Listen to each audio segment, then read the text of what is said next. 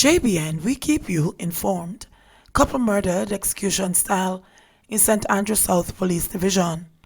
Crime scene investigators were yesterday morning searching for more clues into Monday night's execution style murder of a man and his female companion. Valda Ellis, 56, and Robert Gordon, 54, were killed in the yard of the Orchids Crescent home in the St. Andrew South Police Division. They were found face down with their hands and feet bound with cords, a resident who identified himself as Dennis said. He also said the mouth of the male was covered. The killings occurred next door to Faith Missionary Church of God and a short distance from a state of emergency SOE checkpoint set up at Chisholm Avenue and the Mario Road intersection. Dennis reported hearing 3 gunshots shortly after 10 o'clock Monday night. He said residents went to the home after the woman he identified only as Valerie did not answer several calls to her cell phone. Dennis described the female victim as a nice person who recently indicated that she was planning to give her life to God. Son on the run after allegedly killing father in Mandeville. A Manchester man accused of fatally chopping his father in the community of New Green on Monday night is being sought by the police. The deceased has been identified as Pansford Thompson, who is believed to be in his 60s. Reports are that shortly before 9 p.m., Thompson was attacked and allegedly chopped by his son at their home. Residents alerted the police, and on their arrival, the deceased was seen lying in a pool of blood in the driveway of his home with multiple chop wounds to the head and upper body. The accused fled the scene. A large crowd gathered at the murder scene as detectives probed the incident. The body was later removed to the morgue. This is the first murder to be recorded in the parish since the start of 2020. St. Ann man charged with illegal possession of a gun. The St. Ann police are reporting the arrest and charge of a man with illegal possession of a gun and ammunition during an operation in Mansfield Green, Orchids on Tuesday, January 7. Arrested is 36-year-old Nicholas Williams, otherwise called Pampers, a shoemaker of Ferngrove in the parish. Reports from the Orchids police are that lawmen were on operation in the area about midnight when they saw Williams, whose actions arose their suspicion. He was accosted, searched, and a .38 Smith & Wesson revolver, along with 5 assorted rounds of ammunition, was taken from his waistband. He was subsequently arrested and charged. His court date will be announced at a later date, the police said. Guardsman Armoured vehicle catches fire in MoBay.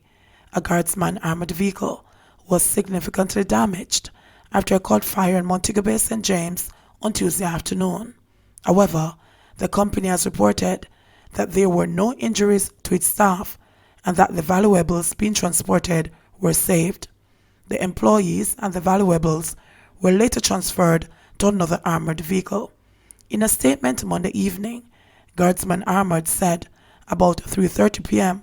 it received information that the vehicle was disabled on Long Hill in Montego Bay after a fire broke out in the engine. The incident resulted in a traffic pile-up. Guardsman Armoured said it coordinated with the Jamaica Fire Brigade to assure the safety of all and is working with the agency and the Jamaica Constabulary Force JCF as investigations begin. The company also says it follows a rigorous maintenance schedule and that all units are equipped with fire safety equipment. However, it did not say whether the equipment were used in this instance. Lawsuit looms as home buyers fume over another missed deadline. The developers of the Orchids, a sprawling housing project in the Old Harbour St. Catherine, could face legal action from at least one angry purchaser after they failed to keep a public commitment to deliver the remaining 200-plus units being constructed in Phase 1 last month. Other purchasers are contemplating whether to seek the intervention of Prime Minister Andrew Holness, who has made the delivery of housing solutions a priority of his administration. The Orchids was first announced in 2016 by developers Rivi Gardner and Associates as a residential complex That would include a total of 780 two-bedroom bungalows to be constructed over 3 phases on approximately 140 acres of decommissioned sugar lands. Construction began the following year, but the project has since been plagued by delays, with some purchasers complaining that several dates have come and passed when they were told that they would be able to move into their units. Last month, Hugh Scott, whose company ASCO Project Consultants manages the development, acknowledged that the purchasers have a right to complain because of numerous delays with Phase 1. However, Scott said at the time that 30 purchasers have already moved into their homes and said that he expected the remaining 200 plus units in Phase 1 to be delivered by the end of December. Daniel Stewart, not her real name, who said she has been waiting since April 2017 for her 2-bedroom and 1-bathroom unit with a price tag of $10.75 million, was livid over the latest missed deadline and made it clear she was ready to take action. I have contacted the real estate board and I am looking at the possibility of a lawsuit, said Stewart, who said she resigned her job overseas and returned to her homeland after she secured a mortgage to purchase the unit. Stewart said that she has already retained an attorney and received information from the real estate board about what I need to do. But I am still waiting on the advice of my lawyer before I proceed, she said. Lenmore Bell, one of the first-time home purchasers waiting to move into his unit, indicated that there was consensus among his peers for letters to be dispatched to Wholeness and other government officials seeking their intervention. Because we are not getting any response from them, he said of the project developers. Bell said his peers are not inclined to pursue legal action because we don't have the money. He also believes that the likelihood of succeeding was slim. There is no delivery date in the contract itself. The contract only speaks to a reasonable time, he said, explaining the reluctance to pursue legal action against the developers. Scott declined to comment for the story. Stewart said that her near 3-year wait has been difficult. I am living out of suitcases and boxes. I have my furniture because I ship everything down to Jamaica.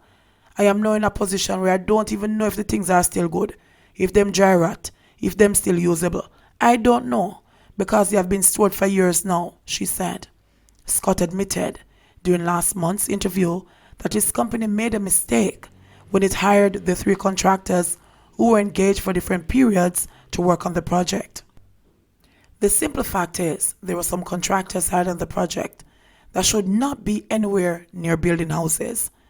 Where they were given 7 months to complete the work, after 16 months, they were not even 20% completed, the project manager claimed. I would never even try to find an excuse or say the people don't have a right to be angry. They do have a right to be angry, he conceded. Senior cop fearful too as Mountain View violence continues. Head of the Kingston Eastern Police Division, Superintendent Victor Hamilton, has expressed his own fear concerning the violence now engulfing Mountain View in St. Andrew, which has seen 10 individuals killed since October last year. The feud, which was said to have been sparked over missing plyboard from a construction site in the area, has seen bitter gun violence between individuals on the Jakes Road and Goodrich Lane communities, according to the police. Everybody is afraid now.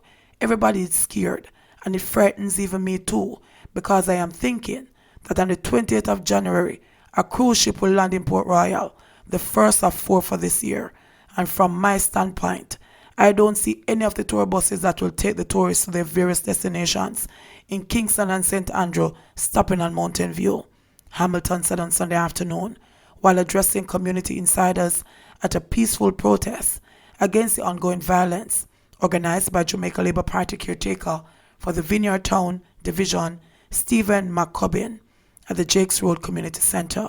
Mountain View could easily be one of the most thriving corridors in Kingston and St. Andrew. The amount of wealth that passes on these corridors, the amount of people with money who drive past, gone to airport, and would like to make friends, people who love Jamaica, who are community oriented, who would like to help their fellow men, but they don't stop because of the violence, because of the killing Hamilton insisted. From a security forces standpoint, 10 men have died as a result of the crime.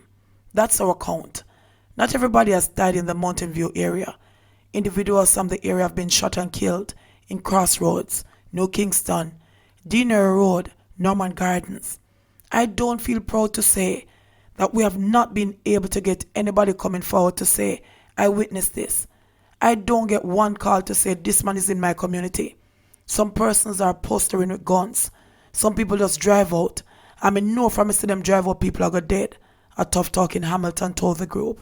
We can't change it. The gangs are not your redemption. The gang in Backbush is not your redemption.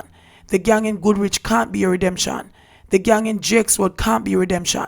You have a right to choose for yourselves the way you want to live, he said further.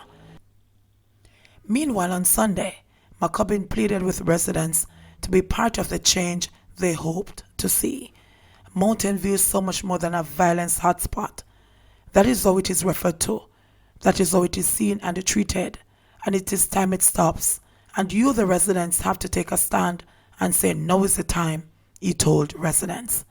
JBN, we keep you informed. Please remember to like, subscribe, share, leave us a comment, and click the notification bell to receive our daily news items.